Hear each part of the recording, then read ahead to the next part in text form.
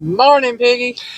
Morning, morning. It's a Wednesday morning. Trash day. Got trash out. So that's said and done. Waiting on that trucker. Make sure he gonna get it in there. That sometimes happens of a morning coming through here. They gotta do what they gotta do. He knows I'm waiting on him. Let him get it straightened out there. Yeah. Gotta give kudos to them truckers. At least the ones that are worth their salt anyhow. And I get pretty upset with these four-wheelers just being in a four-wheeler. I imagine some of these truckers, what they got to put up with four-wheelers doing how they do.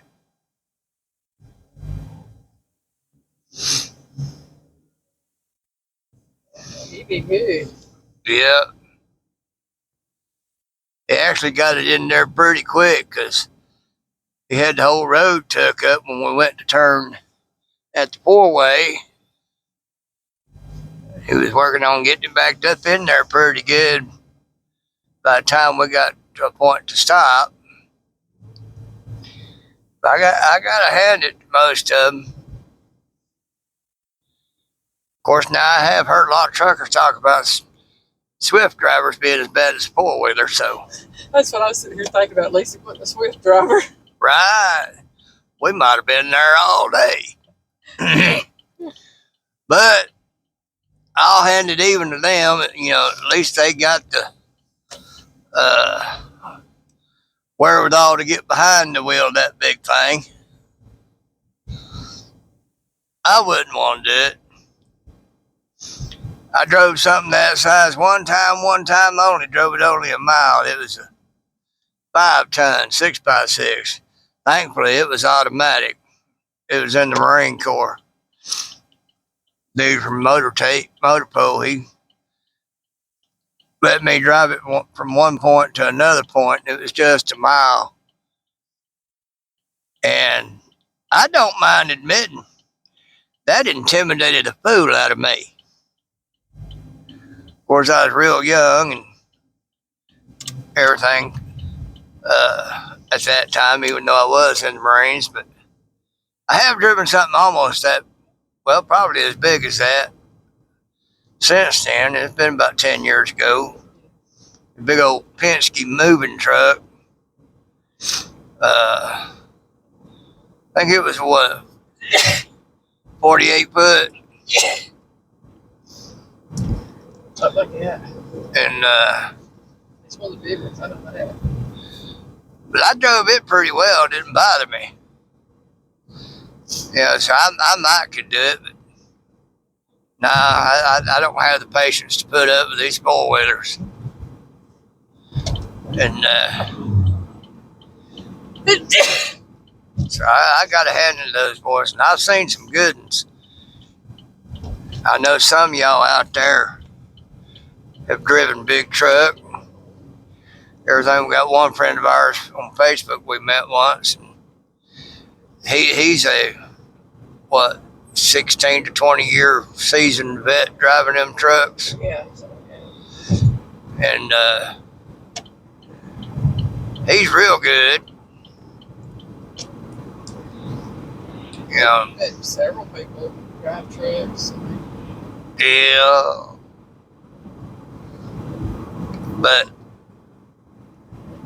I had to give it to him. That would be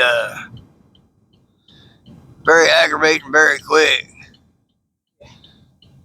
But about had us a scare this morning was coming out of that road right there. All the cars are turning in. Where the car's turning there. We went to turn, we stopped there and then went to take off and get out on this road and everything. We heard something pop on the right side. Evidently something got up under the edge of the front right tire and popped up and hit the underside of the car. Boy, it scared the fool out of us. I was like, oh Lord, hope that didn't pop the tire. Air pressure seems to be staying at a steady number for the moment. So should be okay on that, but it scared us pretty good. So I figure as loud as that pop was, if it popped a tire, it would have popped a pretty big hole and we'd be sitting there with a flat. Yeah. And I'd been seeing if I couldn't put the spare on the thing and go see about getting a new tire. Lord have mercy. Tires are going to be the bane of my existence. On this car. Well, it was on the van until we got this car. Yeah. And that one tire. Yeah. And then this car wasn't so bad until last year. Yeah. Somebody decided to put a 3-inch screw in it from the side. Just far enough in to be in the tread, but far enough out to be close to the sidewall, and best just to change the tire. Yeah. But anyway, I give it to those truckers. Any of y'all that drive any type of commercial truck, it don't have to be an 18-wheeler. You know, dump trucks, fire trucks. There's all sorts of big trucks out there that I had to give anybody that can drive them kudos. I once drove a smaller box van truck that had a couple of pallets of bottled water in it. And now there was an experienced driver of such things with me, and he was teaching me how to go light on the brake and start early. I still wound up causing the top pallet to skid off the bottom pallet. I found out water makes a difference on your braking, folks. Yeah. So the dude that was with me was used to driving tanker trucks for fire department. So he knew what he was doing with that stuff. And we heard that commotion go on in the back of it, and I was like, man, I thought I was getting it there. He said, I told you. I said, yeah, you did. Didn't bust none, was able to get it all out and everything, but you know, still, it was a lesson to me that driving trucks with fluids in them is a whole totally different ball game than anything else. And you know, so chemical truck drivers and truck drivers haul around any kind of liquid, hats off to y'all. Gasoline, milk, water, whatever. Yeah. Of course, now a lot of those, they have them set up to where it's not as bad as, it's not just a big old tank full, it's got canisters down inside. Multi-section too. Multi-section, so it kind of helps with that. But you know, there's some out there it's just straight up big old full empty tank. Yeah. So it kind of makes me wonder what it must be like to drive a cement truck. You know, because them things are turning, sloshing around cement inside of there. That's got to be a learned skill, I'm sure. Yeah, that's why I did that for a good 10 years or better. What I had to. If only they were as good as a good cement truck driver they were, they'd have been all right. That's the only problem there. Yeah, if that person could have drove a vehicle half as good as could have drove the cement truck, it'd been a miracle. He couldn't drive a Well, I was talking about being half as good a person. Yeah, well, being half a good person, hey, bro. But anywho, yeah. bottom line is, and then I could point that out about most any profession, because there's aspects to just about all professions that you got to tip your hat to those folks that do them. Linemen. Oh man. They get out there. A lot of times they may have it easy and they're taking it easy, and you can tell they're just kind of, jobs I've had, you would have been called slacking on the job. But you also have to consider, too, the other half. When there's bad storms, power goes out, lines are down, people runs into a power pole and messes up power, and substation has something go wrong. They have to get out there in that weather with the thunder and the lightning and the rain and deal with those things. Yeah, I'm glad you make a lot of money. You deserve it. You earn every penny of it. I don't want to mess with electricity. But like those guys that work in electricity, and they flying around in them helicopters and doing whatever it is they do with power lines from a helicopter. They make gobs of money. They deserve it. And they earn every penny of it. Because fella come in that change them light bulbs twice a year. $1 million a year. What'd you say there was? 2,000 feet straight up? Something like that, yeah. Yeah, more power to you. Yeah, I know you'll have safety equipment, and you'd be connected to that tower with that safety equipment as you climb up. But, you're straight up a seemingly rather skinny tower, and you're 2,000 feet in the air,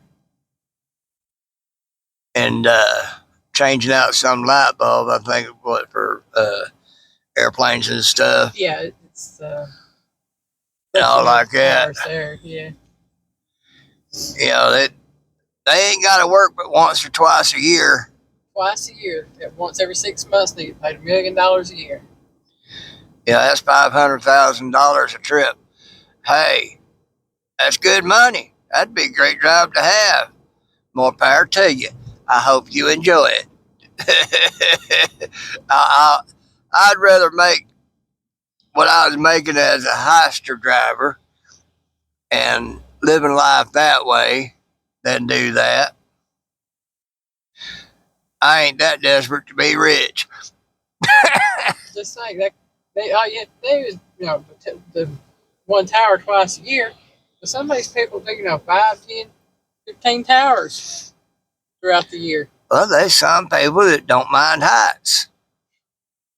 Like I said, and I know that sounds kind of weird coming from somebody who was in the Marines, and I've had to deal with a little bit of height a few times while I was there. But folks, that was having to deal with it. Yeah. I did what I had to do. I didn't like it. Especially being 90 feet up in the air on the side of a cliff, and had to turn my back to the cliff wall and jump about 6 inches and hope I grabbed the guide rope. Mr. Rabbit Head, he's standing up adjusting. He's good on that bike. And everything. I didn't like it one bit, being on that cliffside like that. But I had to do it because I was too short to reach straight up and grab it. And I was too short to grab it and walk around. A little walk around, it had to finish getting up on top. So I had to reach up and grab it and then do a pull up and put my feet up over my head, bending me over to get me up on top. That was not fun. Because like I said, You 90 feet up on an almost complete vertical cliff wall. I tell you.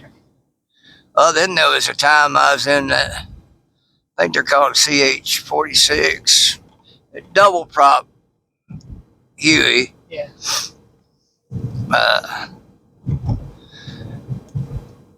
And part of the exercise we were doing involved being flown out to a certain point. And so me and my buddies, we up in there in that big old double prop helicopter and 10,000 feet. Well, at 10,000 feet, they did a right bank. So that helicopter was practically on its side up in the air. And I'm looking straight down at the ground through the portal on the other side of me. I'm going, this ain't good. That's the time you pay it, Piggy. As soon as we come out of that right bank, we hit an air pocket and dropped 500 feet just like that. As quick as you could snap your fingers, we dropped 500 feet. We got on the ground, every one of us got out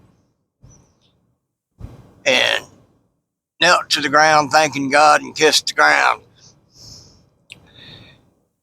The pilot, co-pilot, and the guy that sits in with his back to the pilot station on that thing were all laughing their butts off at us. And one that was part of that crew sitting on the back behind the pilots, he's like, oh, this ain't nothing. He said, this is a walk in the park. He said, you should be up in here when we're going through storms and different things. This ain't nothing. Piggy be like, no thank you. I just looked at his smile, gave him a thumbs up, said, more power to you, dude. He just laughed. You know, and now those are people that I tip my hat to. I've seen examples of their flying, you know, and you say there's one that always comes to mind. He's up in the mountains. He's got that thing backed up to the roof of some structure. And with the back gate down to that roof of that structure so people can get on it. And he's holding that thing tilted. You know, the front end up and the back end down, kind of like this right here. And he was holding it there like it was parked so those people could get on it and everything. And I'm like, man, that takes some real skill right there. You know, not only is he having to hold it there, he's already no telling how many thousands of feet up in the air inside them mountains. And he's holding it there. Now, little lady in the SUV back here, you don't really want to test the metal here. You want to ride my butt, you find out what I can give you a driving lesson back there now. Better ride the booty. I don't feel like a driving lesson this morning. She's done figured out she can't keep up with me on the curb because she's holding back there. But now, folks, if it just been me, she'd have just gotten a driving lesson because I'd have revved it up, got some going, and find out just let her find out just how not ready for this she is. But anyhow, I remember that video clip of that helicopter pilot, and it's like, nope, that's not for me. And yeah, that incident was, I sometimes think, I still think sometimes I left part of my stomach up there 10,000 feet in the air above the skies at 29 pounds. Because I don't think my stomach ever fully recovered from that. But,